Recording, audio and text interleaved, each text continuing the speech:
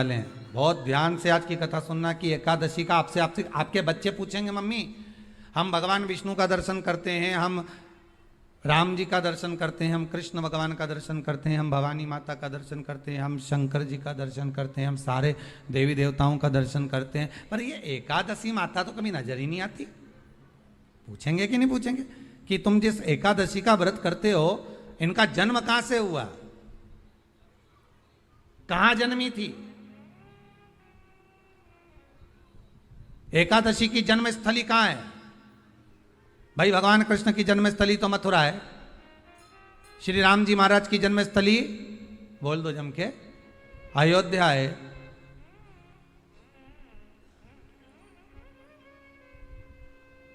कोई आपसे पूछ ले कि एकादशी की जन्मस्थली कहां है तो आधे लोग तो बाल खुजाने में लग जाएंगे कि एकादशी आखिर पैदा कहां हुई थी, जन्म कहां लिया था, इसका जन्म हुआ कहां था, कहां जन्मी थी ये?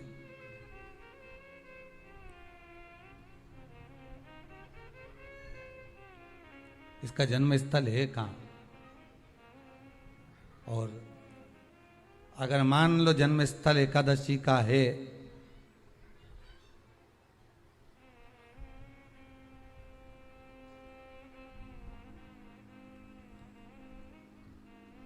और एकादशी अगर जन्मी है, उसका जन्म हुआ है और दुनिया के लोग इतना व्रत करते हैं, उपवास करते हैं, तो फिर इसका जन्म स्थल कहां होगा? तो कहा इसका जो जन्म स्थल है वो बद्रीनाथ। कहां पर है? बद्रीनाथ। और उस बद्री विशाल में भी एक गुफा जिसका नाम है हेमवती। क्या नाम है? हेमवती। उस गुफा में एकादशी का जन्म स्थल है। बद्री विशाल में हेमवती गुफा जो 12 योजन अंदर प्रवेश करने जितनी है, 12 योजन की गुफा के अंदर, हेमवती के अंदर एकादशी का प्रागट्य हुआ था, एकादशी का जन्म हुआ था।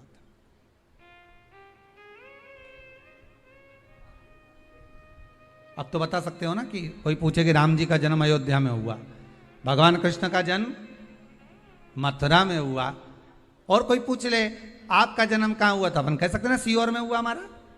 और आपसे कोई पूछे कहां हुए तो कहीं इंदौर में हुए, कि देवास में हुए, कि भोपाल में हुए, कि मुंबई में हुए, कि पूना में हुए, आपका तो बता दोगे। पर बच्चे आपसे पूछ ले मम्मी तू इतनी एकादशी का व्रत करती है, एकादशी का तू व्रत करती है और सबको करा देती है कि वल्लभ कुल की एकादशी करो, भले बकरी जैसे चरो पर एकादशी करो, और सबको एकादशी कराया, तो कोई पूछ ले कि एकादशी का जन्म कहां हुआ था, तो आप कह सकते हो कि बद्री विशाल में, हेमावती में, बद्री विशाल के हेमवती गुफा के अंदर जो 12 योजन की गुफा है, उस गुफा में एकादशी का जन्म हुआ। कब हुआ?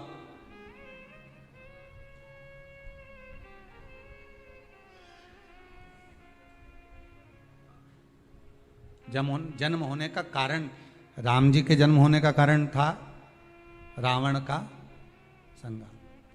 भगवान कृष्ण के जन्म होने का कारण था कंस का संहार। नरसिंह भगवान के जन्म होने का कारण, प्रकट होने का कारण था हिरण्यकशिपु का संहार। वराह भगवान के प्रकट होने का कारण था कि पृथ्वी को जल पर लाकर ठहराना, हिरण्याक्ष का संहार।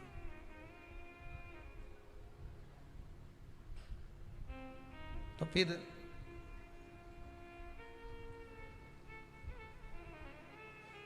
इसके जन्म का कारण क्या है? तो कहा इसके जन्म का केवल एक कारण है। सतयुग में, अब एक और बात का बहुत ध्यान दीजिएगा महाराज, सतयुग एक बार नहीं हुआ कि तुम सोचो कि सतयुग के बाद में द्वापर, त्रेता आ गया, त्रेता के बाद द्वापर आ गया, द्वापर के बाद कलयुग आ।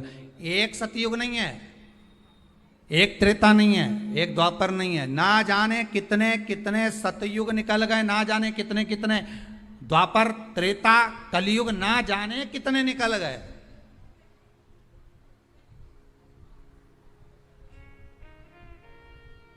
और आप और हम जैसे भी इस पृथ्वी पर ना जाने कितने, अरे जम के तो बोलो, निकल गए। पृथ्वी वहीं की वहीं है, जिस मकान में रहते हो वो मकान भी वहीं की वहीं है। बस कभी कभी एकदम प्लाट हो जाता है, फिर उस पर वापस बन जाता है, फिर क्लीन, फिर बन गया, फिर क्लीन, फिर बन गया। ना जाने कितने कितने कितने कितने जन्म हम ले चुके हैं और हमारे भी आगे का जन्म कितने जन्म होते रहेंगे। जमीन वहीं की वहीं रह जाएगी और अपन चले जाए, बस वो जगह वहीं रह गई।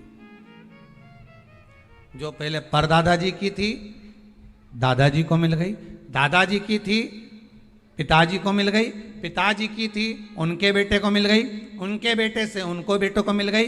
मिलते मिलते मिलते मिलते कब वो जमीन भी बिक गई समय की अवस्था में, फिर दूसरे की हो गई। और हम सोच कर रह गए कि ये हमारा है, हम इसके लिए लड़ाई करें, झगड़ा करें।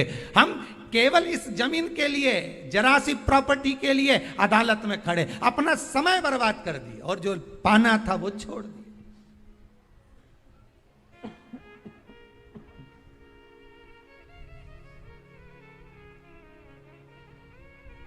जो पाना था वो छोड़ दिया हमने।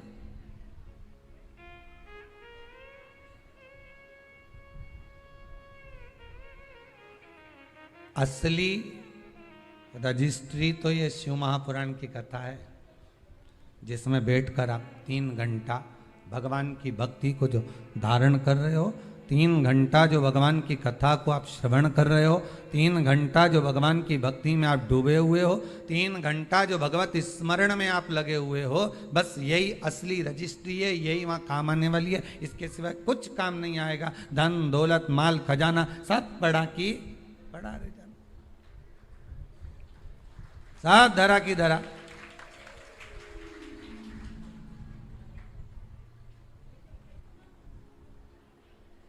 रह गया। वो एक लाइन आप लोग स्मरण करते होंगे, सज धज के जिस दिन